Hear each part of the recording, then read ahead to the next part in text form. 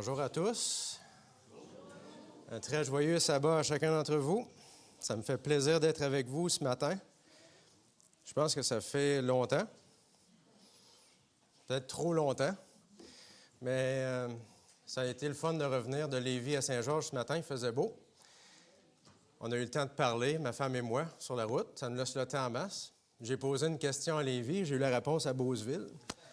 Donc, c'est génial. Faire de la route, parfois, ça peut prendre du temps.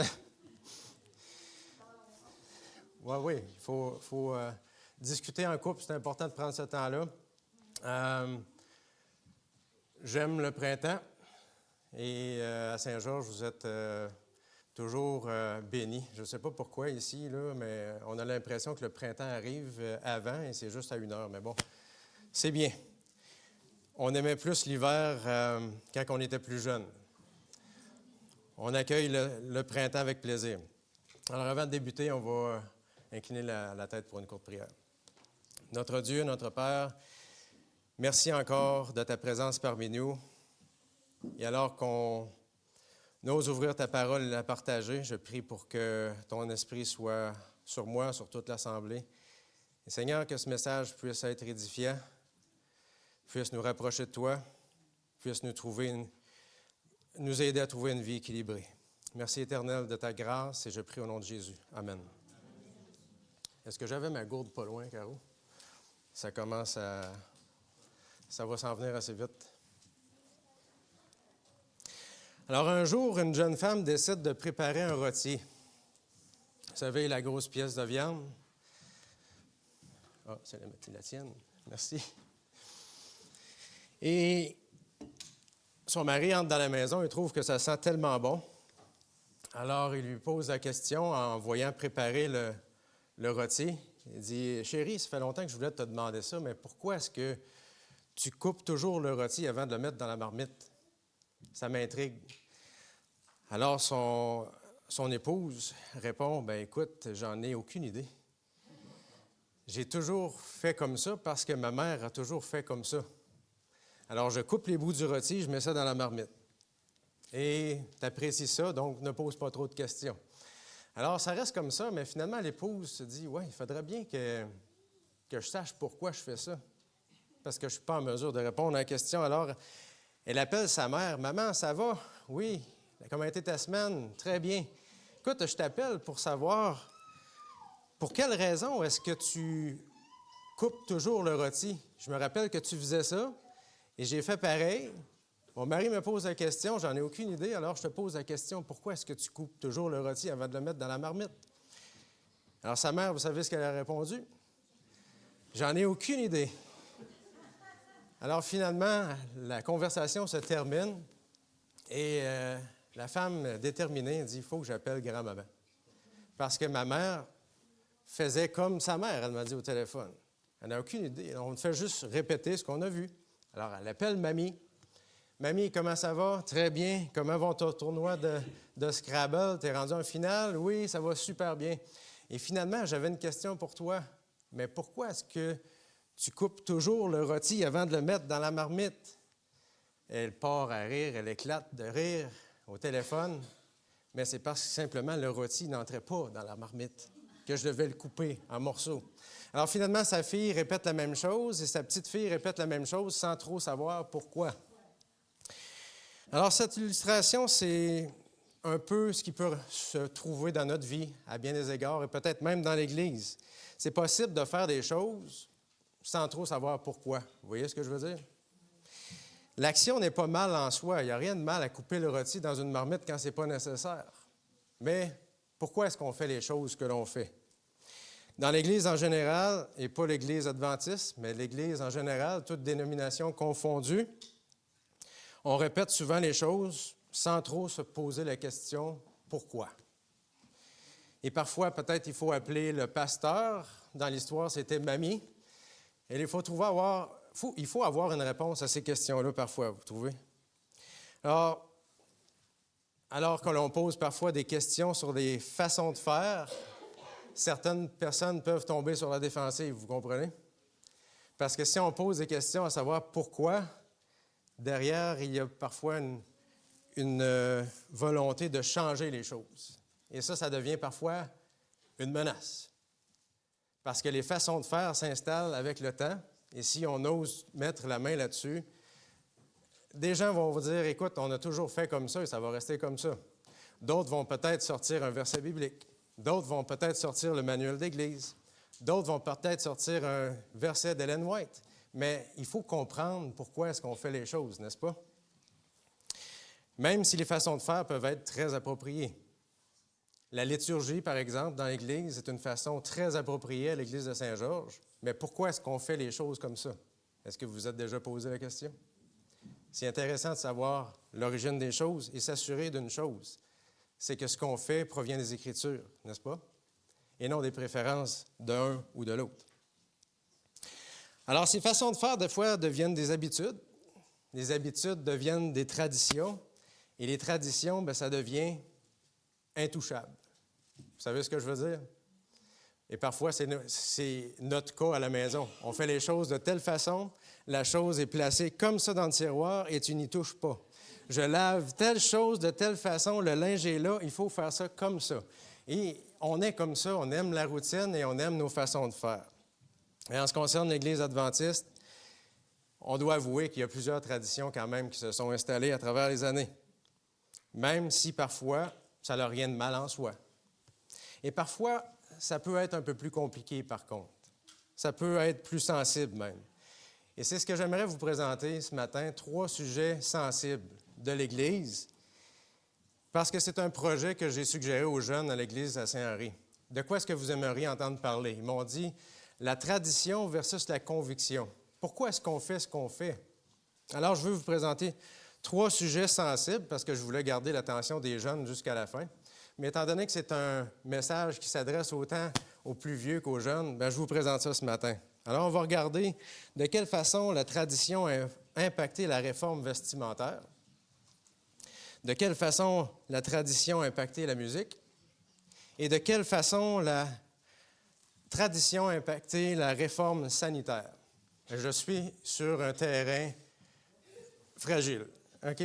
J'ai peut-être choisi un message qui va toucher certaines personnes d'une façon ou d'une autre, mais je veux vous faire réfléchir là-dessus parce que, avouons-le, nous sommes des êtres de routine et on aime les choses qu'elles soient faites à notre façon. Mais bon, j'espère pouvoir vous déranger et vous faire réfléchir ce matin. Commençons avec la réforme vestimentaire. J'ai choisi 2 choses, la cravate et les pantalons. Est-ce que vous êtes prêts? Il ne faisait pas chaud ce matin, j'ai mis ma cravate pour rester au chaud. Depuis quand est-ce qu'on met une cravate pour rester au chaud? Depuis quand est-ce qu'on met ce bout de tissu-là pour se protéger du vent ou quoi que ce soit? En fait, certains trouvent l'origine de la cravate dans l'histoire européenne, en particulier en France au 17e siècle. Donc, ça remonte à loin, la cravate. L'origine historique, des mercenaires croates au 17e siècle portaient une espèce de foulard au cou. C'était des militaires durant la guerre de 30 ans. Et ces mercenaires ont attiré l'attention du roi français Louis XIII. Il a trouvé ça pas pire, le foulard. Il a dit, ouais, on devrait intégrer ça comme une partie du code vestimentaire de l'uniforme militaire. Alors maintenant, sous le règne de Louis XIV, la cravate est devenue un symbole d'élégance dans le régime militaire. Intéressant, n'est-ce pas? Et ça a évolué au fil du temps, au fil des siècles. La cravate a évolué en termes de forme, de longueur, de couleur, de motifs et toutes sortes de choses. Et s'est transformé en un accessoire porté non seulement par des militaires ou par la noblesse, mais par la classe bourgeoise et professionnelle. Vous voyez le lien qui se fait avec aujourd'hui. C'est devenu aussi un symbole du statut social, parce qu'à l'origine, porter une cravate distinguait les gens de rang élevé, comme les aristocrates et les membres de la haute société. Aujourd'hui encore, elle est associée au professionnalisme et au respect et à l'élégance, n'est-ce pas? Quand quelqu'un porte une cravate, on se dit c'est quelqu'un d'important. Ou il s'en va voir quelqu'un d'important. Un des deux. La cravate est aussi un symbole de pouvoir et parfois un symbole de contrôle. Donc, quand on pense au gouvernement qui porte la cravate bien serrée jusqu'en haut. comme le président des États-Unis qui a toujours sa cravate rouge, on dirait bien serrée. La cravate est souvent associée à des figures d'autorité, comme des hommes d'affaires, des dirigeants. Alors, en résumé, la cravate est née d'une influence militaire croate, popularisée par la noblesse française, évoluée en un symbole de respectabilité, professionnalisme et de style. L'origine de la cravate ne trouve en rien le récit biblique. On est d'accord? Cette chose n'existait pas. Moïse ne portait pas de cravate lorsqu'il allait rencontrer le Seigneur. Mais le port de la cravate, est-ce qu'elle peut exprimer autre chose? Oui, elle peut exprimer de l'orgueil.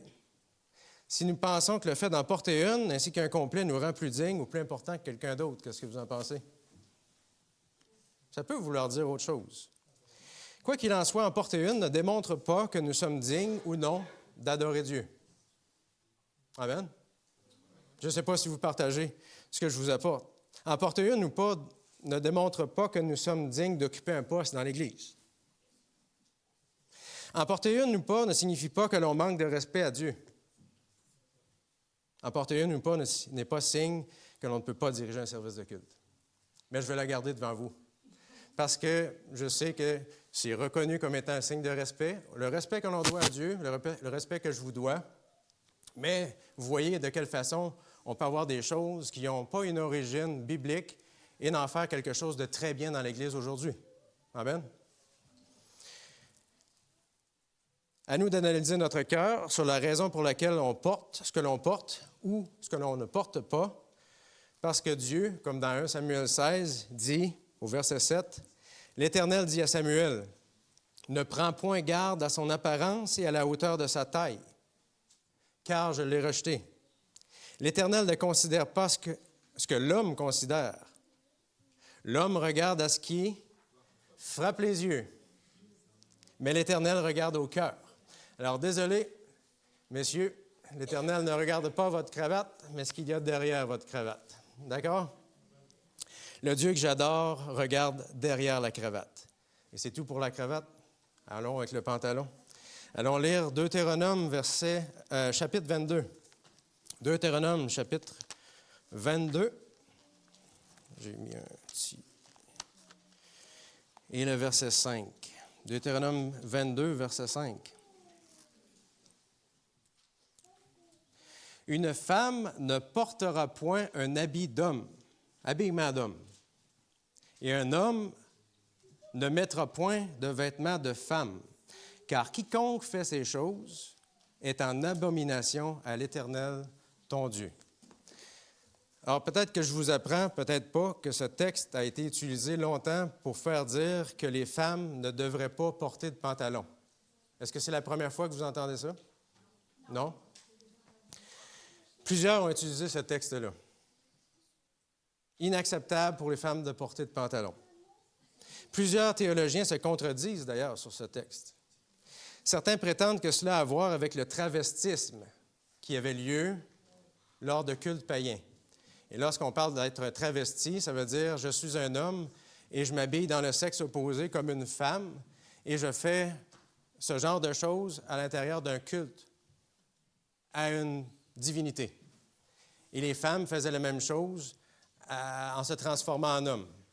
Et des hommes même allaient jusqu'à s'émasculer dans ce genre de culte païen.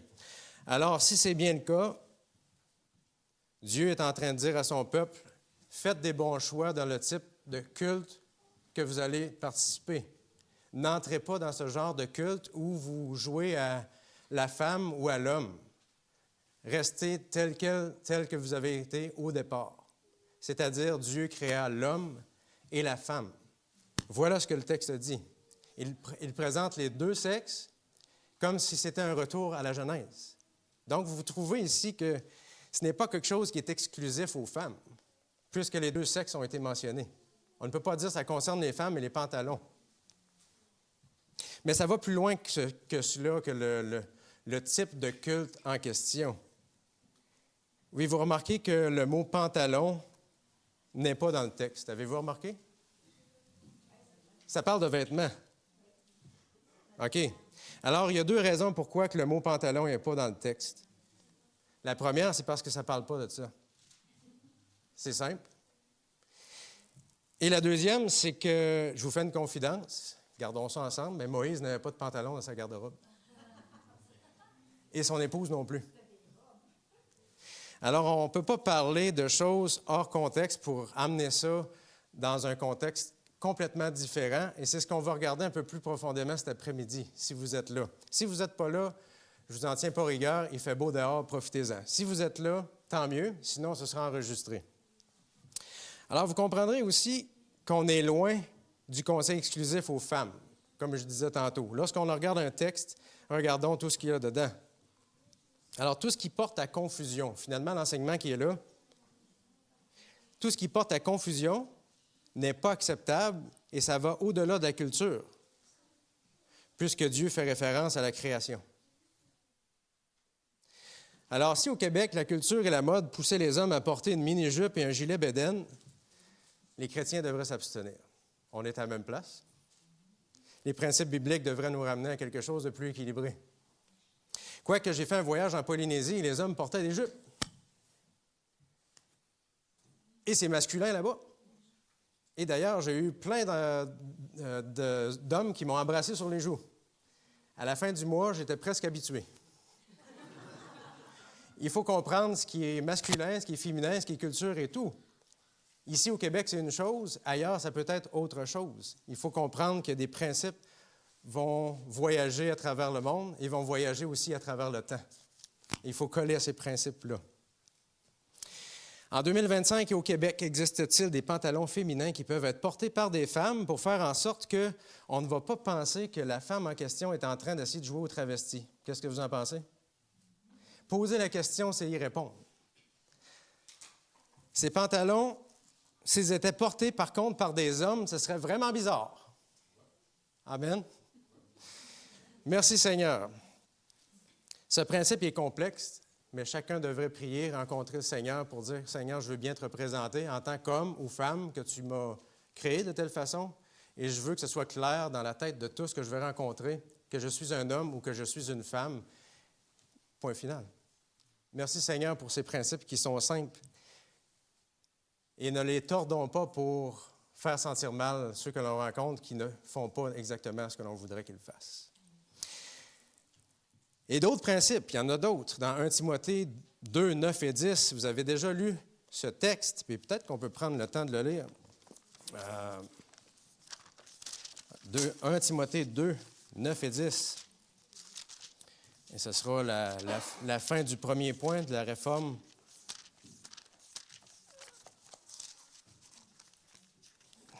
« 1 Timothée 2, 9 et 10. « Je veux aussi que les femmes, et c'est l'apôtre Paul qui parle, vêtues d'une manière décente, avec pudeur et modestie, ne se parent ni de tresses, ni d'or, de perles, d'habits somptueux, mais qu'elles se parent de bonnes œuvres comme il convient à des femmes qui font profession de servir Dieu. » Il y a 3 principes ici, modestie, décence et pudeur. Modestie, est-ce que je suis en train d'attirer l'attention sur moi? Et ce n'est pas uniquement pour les femmes, ce sont aussi des principes pour les hommes, non? Est-ce que parce que je porte, j'essaie d'attirer les gens sur moi?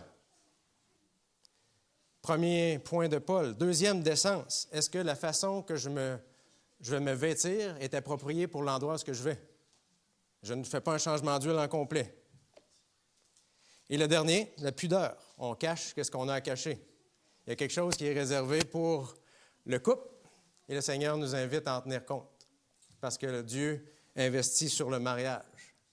Ce n'est pas un spectacle, mais Dieu veut que ce soit un cadeau réservé à celui qu'on aime. Ça fait du sens? L'apôtre Paul nous donne ses conseils en plus. Et j'y vais un petit peu plus loin. Ellen White nous parle d'une tenue saine, d'une tenue économique, mais elle nous parle d'un autre point que je trouve vraiment important, que je veux rapporter. Et c'est un principe qu'on trouve aussi dans les Écritures, mais elle a été questionnée en 1897. En 1897, sur la tenue suggérée pour la réforme vestimentaire de 1860, je vous le rappelle. Donc, c'est 40 ans plus tard. Quelqu'un posait la question à Ellen White, mais comment est-ce qu'on devrait s'habiller?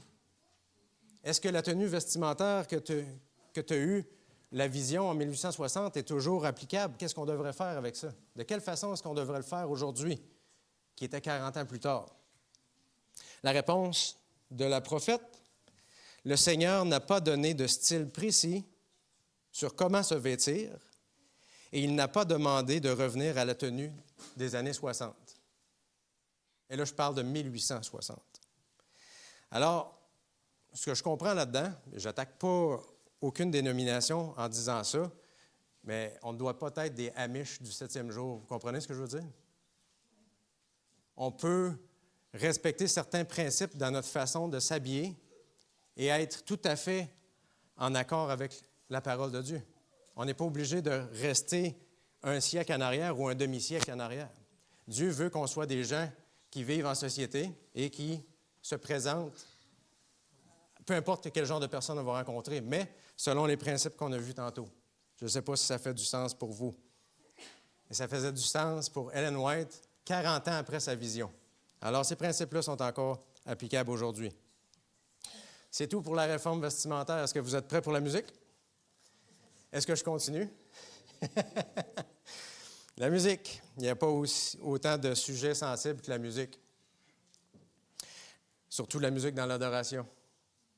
L'histoire nous démontre que l'Église chrétienne a longtemps dû se battre pour certains principes à l'intérieur du culte d'adoration.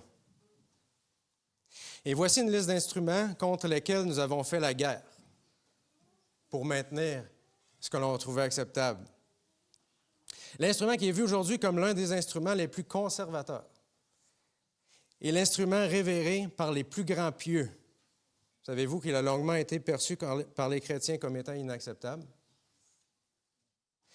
Cet instrument est associé à la guerre, cet instrument est associé aux rituels païens, cet instrument est associé au théâtre séculier et finalement, cet instrument a été intégré au 10e siècle, mais toujours pas largement accepté. Lors de la Réforme, Luther disait que l'orgue était l'enseigne de Baal. L'orgue. Et d'autres ont étiqueté cet instrument comme étant la trompette du diable et même le moyen de séduction par excellence pour l'adoration de l'Antichrist. Qu'est-ce que vous en pensez? L'orgue. Comment est-ce que c'est possible qu'on puisse passer d'une extrême à l'autre comme ça? C'est la question que je m'étais posée en lisant cela. J'ai dit, ça se peut pas. Comment est-ce qu'on peut faire que des éloges d'un instrument de musique alors que c'était l'enseigne de Baal à un moment donné dans l'histoire? Ça fait réfléchir. Mais Thomas d'Aquin, de son côté, a fait rejeter la harpe car cet instrument était associé à la poésie. Et la harpe, selon lui, présente dans l'Ancien Testament, était à cause que ce peuple était grossier et charnel. Il ne faut pas. La harpe.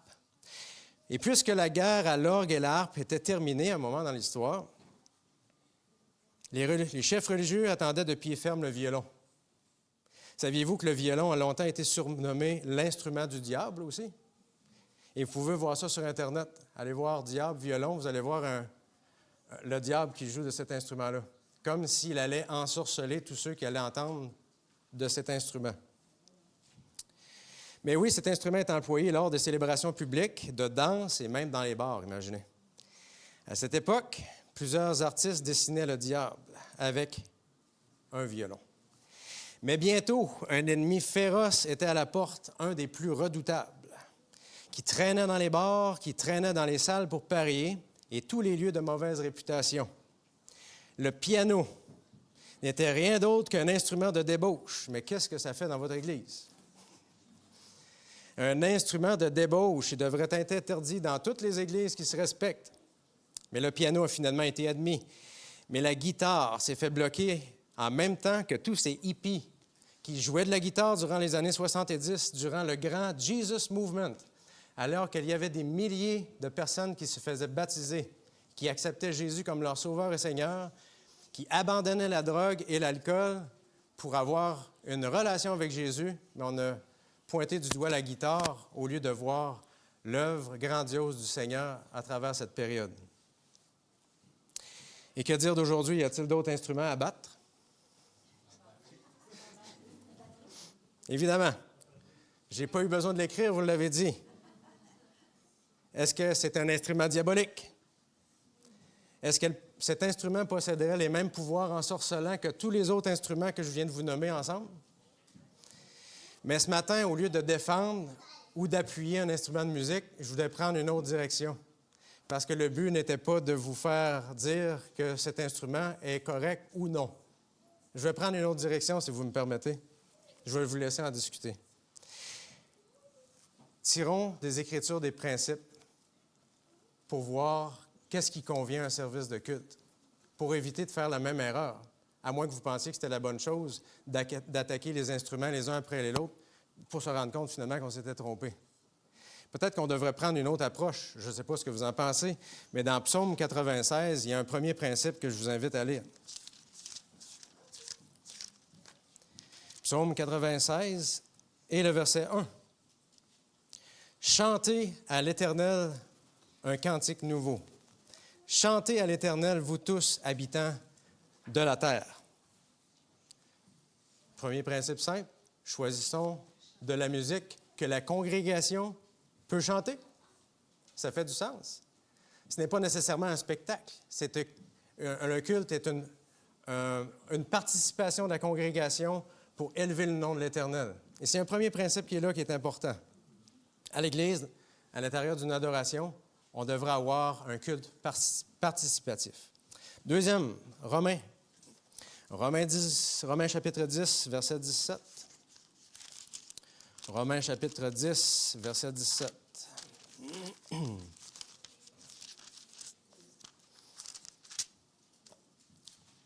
Vous avez eu peur, hein? Que je vous fasse écouter de la batterie? Vous ne m'avez pas vu venir du tout, hein? Romains 10, 17. Ainsi, la foi vient de ce que l'on entend. Ce que l'on entend vient de la parole de Dieu. Vous connaissez ce passage-là. Alors, choisissons une musique qui contient des paroles édifiantes, des paroles qui nous parlent du Seigneur, des paroles qui vont nous rapprocher de Dieu, des paroles qui vont nous faire connaître le Dieu qu'on adore. C'est ce qu'on a dans le texte-là.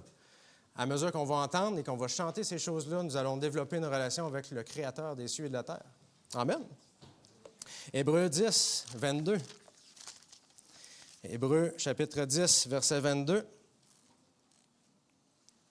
Approchons-nous avec un cœur sincère, dans la plénitude de la foi, les cœurs purifiés d'une mauvaise conscience et le corps lavé d'une eau pure.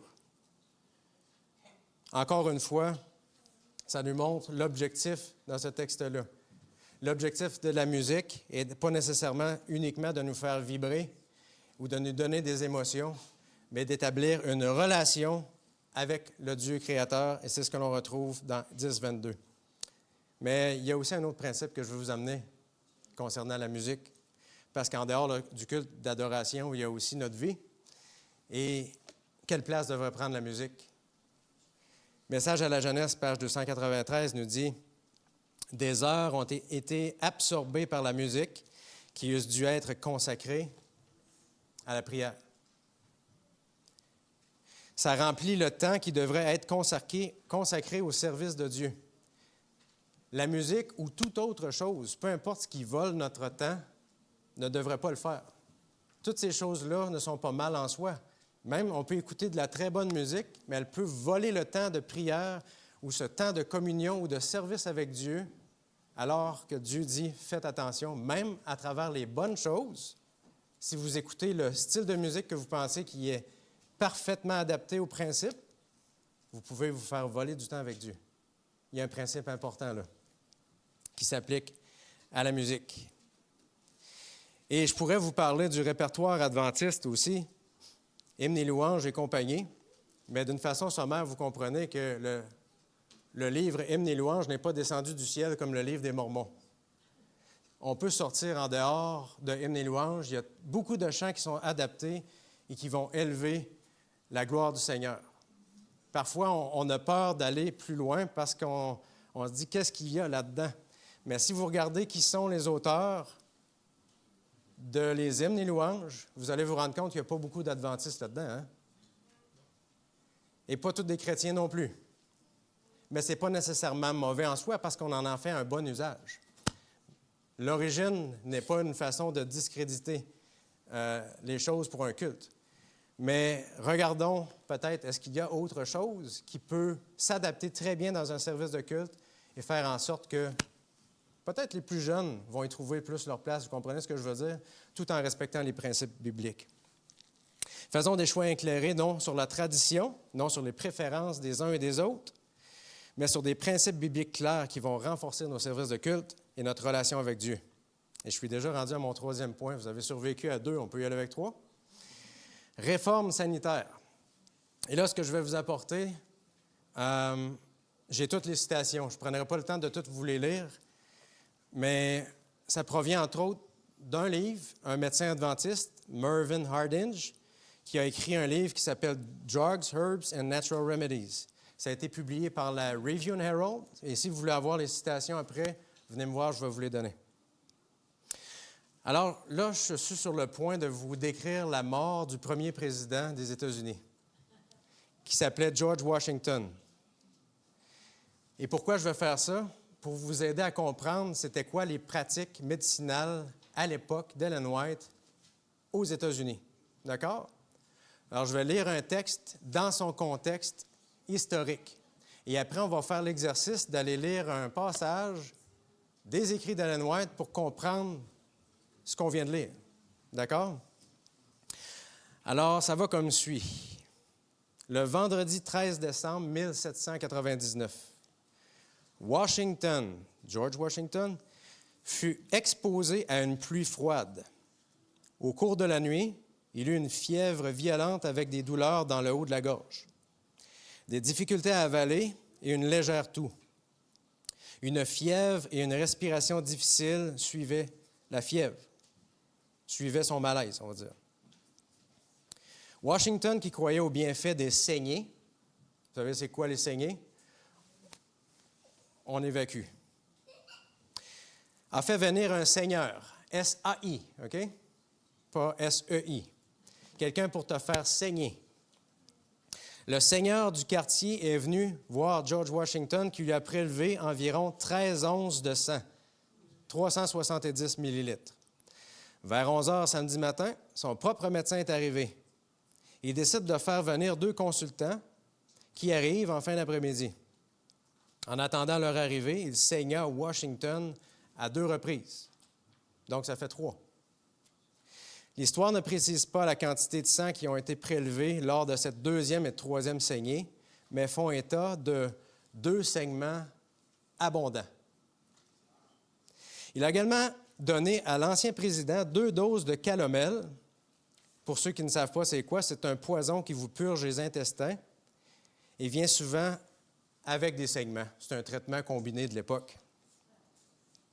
Il lui a fait une vésication dans le cou. Si vous ne savez pas c'est quoi une vésication, ce sont des coupures sur lesquelles on met un produit irritant pour faire en sorte que le corps va expulser aussi certains liquides. Donc, vous comprenez un peu l'approche déjà de médecine. Il faut que ça saigne, il faut que ça sorte à travers les pores de la peau, il faut que ça sorte aussi par embauche. Et cette vésication-là, on appelle ça des fontanelles. Vous pouvez chercher là-dessus si vous voulez. Et on lui a fait aussi un lavement intestinal. Alors, tous ces efforts n'ont produit aucun résultat. Alors, la respiration de Washington est devenue difficile, à savoir pourquoi. Après l'arrivée de 2 consultants, les 3 médecins, après avoir discuté du cas entre eux, décidèrent de tenter une nouvelle saignée. Cette fois, ils ont drainé 32 onces de sang, 900 millilitres, sans aucun bénéfice apparent. De plus, ils donnaient à plusieurs reprises à leurs patients des vapeurs de vinaigre et d'eau pour respirer, plusieurs doses de tartre émétique pour le faire vomir, parce qu'il faut que ça sorte aussi par ce côté-là, et une forte dose de calomel. On reprend sur les intestins pour garder ces intestins actifs. Alors, vous comprenez qu'il y a eu des selles abondantes, mais son état général s'est détérioré. Ensuite, ils ont fait des vésications supplémentaires. Vous savez ce qu'ils ont fait dans le cou, les coupures? Aux jambes, aux cuisses. Et un cataplasme de son sur la gorge, j'ai oublié. La respiration de Washington est devenue plus difficile jusqu'à ce qu'il ne puisse parler qu'à voix basse. Et vers 23 heures samedi soir, il est décédé. Pouvez-vous imaginer ce qui s'est passé? George Washington le premier président des États-Unis. Est-ce que vous pensez que lorsque vous êtes président des États-Unis, vous avez accès à des soins les meilleurs? C'est ce qu'il y avait le meilleur à l'époque. On a prélevé la moitié de son sang, on a évalué c'était quoi. On a purgé ses intestins à l'aide de poison. On lui a administré un lavement évacuant. C'est d'ailleurs la raison pourquoi j'ai abandonné les soins infirmiers. Et l'on a fait vomir à plusieurs reprises tout en lui faisant respirer des vapeurs de vinaigre. Les incisions à son cou, ses cuisses et ses jambes étaient une véritable torture. Et tout cela simultanément. C'était suffisant pour tuer un homme. Et c'est exactement ce qui est arrivé.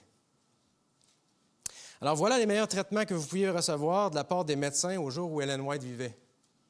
Étiez-vous au courant? Vous videz les intestins, vous faire suer, vous faire vomir avec du poison que l'on appelait à l'époque médicaments. Une époque où il n'y avait pas partout des thermomètres pour vérifier la température, pas de tensiomètre pour vérifier votre tension artérielle, de stéthoscope pour écouter clairement les sons de vos poumons, de votre cœur, de votre abdomen, ni d'ambulance et peut-être même d'hôpital. Pas de clinique pour analyser votre urine ou votre sang, ou le liquide céphalorachidien, aucune unité de radiographie pour examiner vos poumons, pas de scanner, pas d'électrocardiogramme pour surveiller les battements de votre cœur, pas de perfusion, pas de transfusion, pas d'antibiotiques. Je vous rappelle que c'est arrivé 100 ans plus tard à peu près. Voilà l'époque d'Ellen White. Pensez-vous que c'est le genre de soins que vous recevriez à l'hôpital aujourd'hui? Avez-vous déjà entendu qu'il faut toujours lire un texte dans son contexte?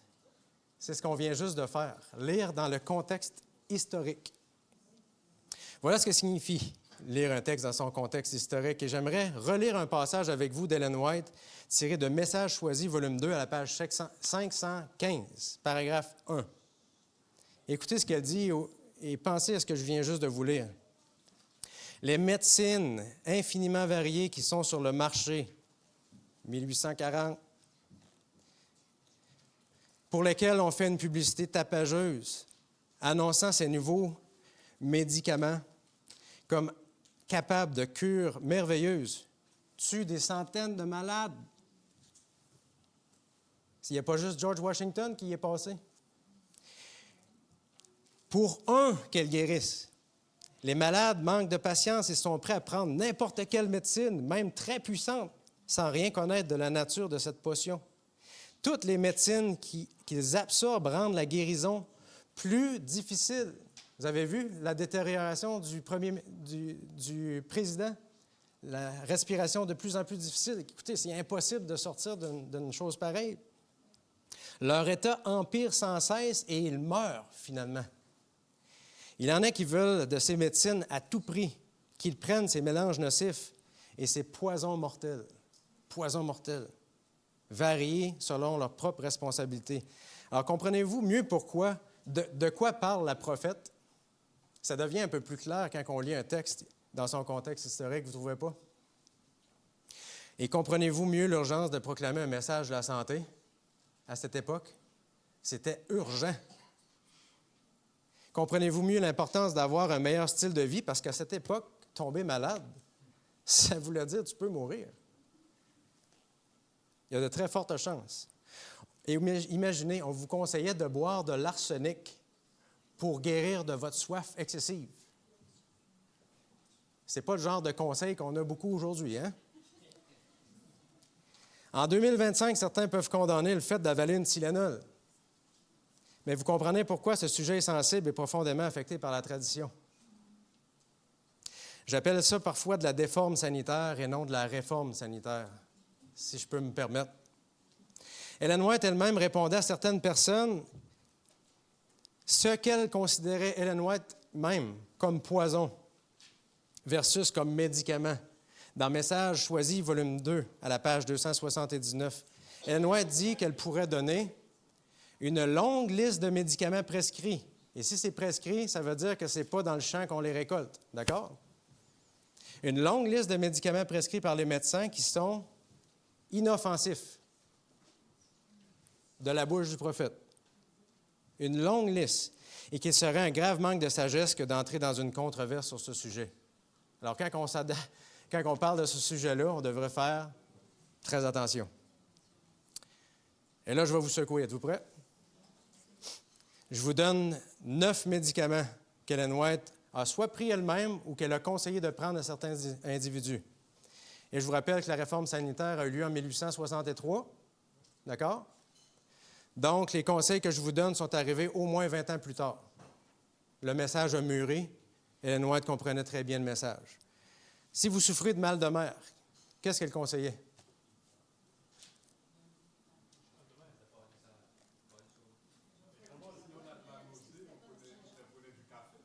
Elle prenait du café. Message choisi, volume 2, page 302, 303. Et du thé ordinaire aussi, en 1888. Alors que si vous lisez Conseils sur la nutrition et les aliments, vous avez une description claire de ce que le café et le thé peuvent faire. Et c'est vrai. Il y a une distinction entre ce qu'Ellen White prenait pour se guérir et ce qu'elle prenait pour déjeuner. Elle ne prenait pas son petit café avec ses 2 œufs, là. On ne parle pas de ça. Si elle avait le mal de mer, elle pouvait en prendre et le conseiller de le faire. Il y a une différence entre votre garde-manger et votre pharmacie. Et c'est ce que je comprends à travers ses écrits. La prophète n'était pas contradictoire. Elle était équilibrée. C'est 2 choses différentes. Deuxième chose, tonique ou agent calmant. Elle recommandait l'utilisation de vin alcoolisé. On trouve ça dans Testimonies on the Case of Elder E.P. Daniels en 1888. Encore une fois, le vin alcoolisé n'était pas dans son bar, mais dans sa pharmacie. Ce n'était pas le même objectif. Le stress et l'anxiété, le thé à la menthe pour lui calmer les nerfs. L'insomnie, le thé de houblon. Soulagement des douleurs, elle a eu vraiment mal aux dents à un moment donné. Vin alcoolisé. Peut-être que c'était une cuillère à table, j'en sais rien. La quantité n'est pas précisée, mais vous comprenez l'objectif. Ce n'était pas pour avoir du plaisir en famille autour d'un souper fondu. On ne parle pas de ça. Malaria. Elle recommandait de prendre la quinine. Je reviens avec ça tout de suite après. Le choléra. Il existait un mélange pour le choléra vendu par les pharmaciens de son époque durant une épidémie de choléra. Ellen White elle-même en a fait usage. Procédure chirurgicale. Tout ce qui est anesthésique. Éther, chloroforme, oxyde nitreux, vous trouvez ça dans Manuscript Releases, volume 8. Elle recommandait que si vous devez vous faire couper la jambe, comme Uriah Smith, faites-le pas à froid. Faites-vous endormir. Faites-vous anesthésier. Hein? Vous avez déjà lu Uriah Smith qui s'est fait couper la jambe? Lisez cette histoire-là. Et en terminant, le 9e point, le cancer. Il y avait des poudres pour le cancer qui étaient préparées par les pharmaciens de son époque. C'était des prescriptions contenant comme principal ingrédient un dérivé de l'arsenic. Comment est-ce qu'elle a pu recommander une telle chose? L'arsenic est un poison, un dérivé aussi. L'objectif n'était pas d'avoir du plaisir entre amis ici, là. C'était de guérir d'une maladie cancéreuse et peut-être mortelle. Voilà les conseils. Et saviez-vous qu'Ellen White a reçu 23 traitements de rayon X pour retirer une tache noire au front, possiblement cancéreuse? Ellen White était une femme équilibrée qui un jour a donné un conseil rempli de sagesse à un missionnaire qui revenait d'Australie. Le missionnaire est parti en Australie avec son fils et il est revenu sans son fils. Vous savez pourquoi? Parce que son fils est mort de l'épidémie de choléra qui se passait. Parce qu'il avait compris que Ellen White avait dit que, mais Ellen White n'avait pas dit que. Alors, il a posé sa question parce que si vous enterrez votre fils ou votre fille puis que vous avez la chance de parler à la prophète vivante, qu'est-ce que vous allez lui demander? Est-ce que ça aurait été un péché de donner de la quinine à mon fils pour qu'il puisse rester en vie? Et vous savez ce qu'elle a répondu? Non. Elle a dit non, nous sommes censés de faire de notre mieux. Est-ce qu'il n'y a pas là un principe encore en 2025 à mettre en pratique? Serait-ce possible de pécher alors que l'on ne fait pas de notre mieux? Je vous pose la question, je vous laisse y répondre. La tradition a fait de nous, peut-être dans certains cas, puis je m'inclus là-dedans, des témoins de Jéhovah du 7e jour. Comprenez-vous ce que je veux dire? Je ne comprends pas qu'on puisse refuser une transfusion sanguine pour sauver la vie d'un enfant. Mais est-ce qu'on ne fait pas parfois la même chose avec autre chose? Ce texte nous dit qu'on a refusé de donner de la quinine pour sauver la vie d'un enfant. Voici la réforme sanitaire simplifiée rapidement. Mettons en pratique les 8 lois de la santé. Amen. Et ça concerne aussi l'exercice. Je dois le faire aussi. Les 8 lois de la santé sont au top de l'échelle. Ces choses-là doivent être faites. Après ça, utilisons librement au besoin des remèdes simples et naturels. Inoffensifs, parce que ce n'est pas tout ce qui est naturel qui est inoffensif. Je ne sais pas si vous êtes d'accord avec moi, mais c'est clair. Troisièmement, et on y va dans l'ordre, hein? Employez judicieusement des remèdes simples et médicaments le moins nuisibles possible. Des choses qui vont le moins affecter votre corps. Et il y en a. Mais si vous n'avez pas fait avant le reste, commencez par ce qu'il y a à faire avant. Et après, ne recourir aux médicaments puissants qu'en de rares occasions. Nous ne devrions pas considérer Ellen White comme une nihiliste des médicaments, bien que beaucoup semblent vouloir le faire. La réforme sanitaire a fait des dommages parce que l'on a accepté une mauvaise interprétation des écrits d'Ellen White. Simplement lire le texte dans le contexte historique peut nous éviter bien des problèmes, voire même enterrer son propre enfant. Qu'est-ce que vous en pensez? J'aurais jamais voulu enterrer mes enfants à cause que j'ai mal compris le texte.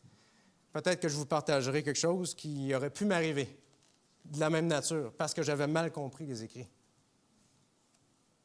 Relisons ces écrits. Et s'il vous plaît, si vous n'avez jamais lu Ellen White, là, ne commencez pas par conseils sur la nutrition et les aliments.